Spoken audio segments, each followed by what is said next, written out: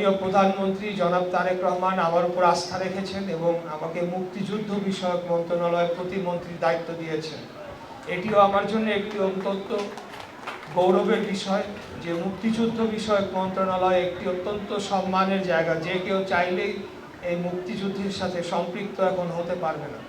আমার বাবা মরহুম সাদেক হোসেন খোকা, উনি একজন গেরিলা মুক্তিযোদ্ধা ছিলেন। 1971 সালে ওনার বয়স ছিল 19 বছর।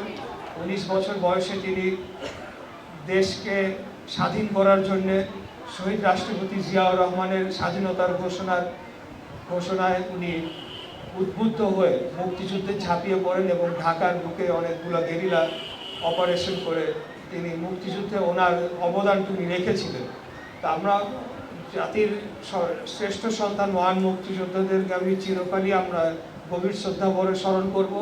এর পাশাপাশি 1971 সাল থেকে 2024 পর্যন্ত বাংলাদেশের সকল গণতন্ত্র পুনরুদ্ধারের আন্দোলন অথবা যে কোনো জুলুম, অন্যায়, অবিচারের বিরুদ্ধে আন্দোলন করতে গিয়ে সকলে যারা শহীদ হয়েছেন, বিশেষ করে 2024 সালের জুলাই আগস্ট মাসে যে রক্তাক্ত গণ অভ্যুত্থান হয়েছে সেখানে যারা শহীদ হয়েছেন তাদেরকেও আমরা গভীর শ্রদ্ধা ভরে স্মরণ করছি। আমরা মনে করি যে বাংলাদেশের জনগণ আমরা সকলেই একটা স্বাধীন সার্বভৌম দেশে নিজের সম্মান, নিজের আত্মমর্যাদা নিয়ে আমরা নিজের অধিকার নিয়ে আমরা বেঁচে থাকতে চাই। যার কারণে প্রতিবার যতবারই আমাদের অধিকারকে ছিনিয়ে নিয়ে যাওয়া হয়েছে, যতবারই আমাদের উপরে অন্যায়, অবিচার, অত্যাচারের জুলুম নেমে এসেছে, আমরা সকলে ঐক্যবদ্ধভাবে আমরা সেটিকে প্রতিরোধ করেছি, প্রতিবাদ করেছি।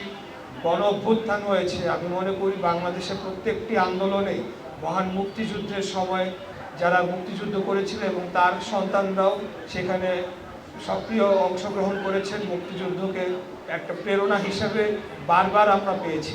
তা আমরা চাই যে বাংলাদেশে আর যাতে এই ধরনের আন্দোলন করতে না হয়, ভবিষ্যতে যাতে আর কোনো ধরনের অপশাসন, দুঃশাসন, স্বৈরাচারী ফ্যাসিবাদী শাসন আমাদের উপর চেপে না বসে এবং বাংলাদেশ একটি গণতান্ত্রিক রাষ্ট্র, এমন একটি দেশ হবে যেখানে ধনী, গরিব, হিন্দু, মুসলমান, শিশু, বৃদ্ধ, সকল শ্রেণী পেশার মানুষ, রিক্সা চালক, মুচি, ড্রাইভার, একজন ব্যারিস্টার, ইঞ্জিনিয়ার, যেই হোক না কেন, আমি একজন নির্বাচিত জনপ্রতিনিধি হতে পারি কিন্তু আমি বিশেষ কেউ নয়।